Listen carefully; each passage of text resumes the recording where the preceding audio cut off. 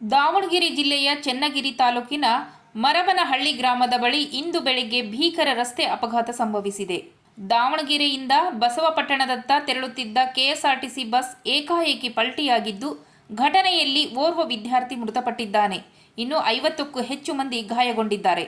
ಇಂದು ಬೆಳಗ್ಗೆ ಸುಮಾರು 9:30ರ ವೇಳೆಗೆ ಈ ದುರ್ಘಟನೆ ಸಂಭವಿಸಿದೆ. ಬಸ್ನ ಆಕ್ಸಲ್ ಏಕಾಏಕಿ ಕಟ್ಟಾಗಿ ಬ್ಲಾಸ್ಟ್ ಆದ ಪರಿಣಾಮ ಚಾಲಕನ ನಿಯಂತ್ರಣ ತಪ್ಪಿ ರಸ್ತೆ ಬದಿಗೆ ಬಸ್ ಪಲ್ಟಿಯಾಗಿದೆ ಎಂದು ಪ್ರಾಥಮಿಕ ಮಾಹಿತಿ ತಿಳಿಸಿದೆ.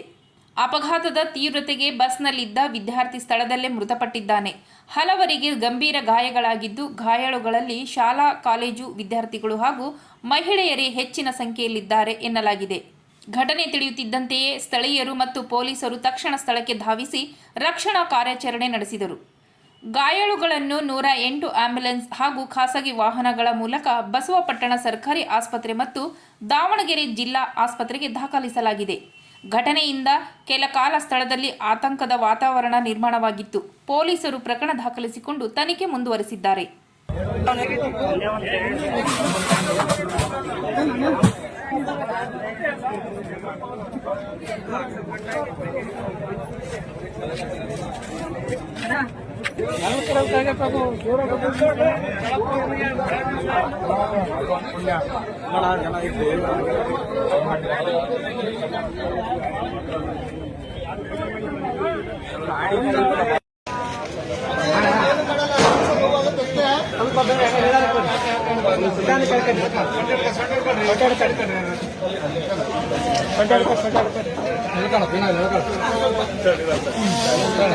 ಸೈಡ್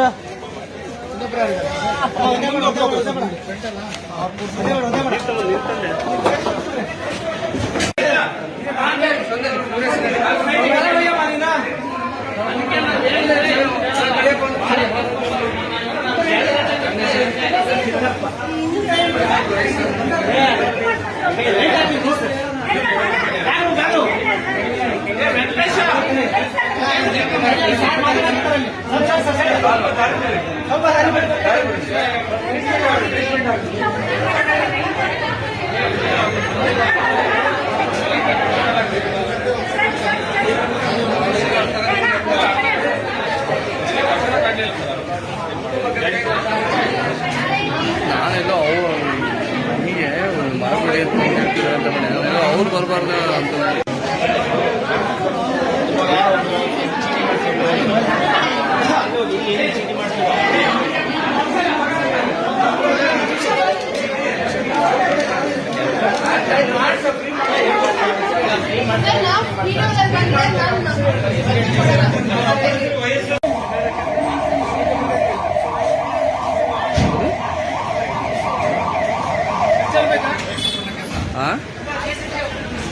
ಯಾವ ಕಡೆ ಕೇಳೋಣ ಕೇಸು ಮರಮನಳ್ಳಿದ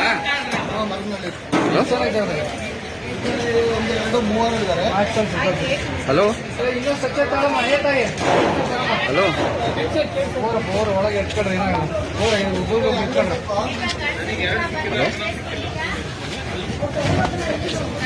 ಮಾತಾಡ್ತಿಲ್ಲ ಒಬ್ರು ಸೊಟ್ಟ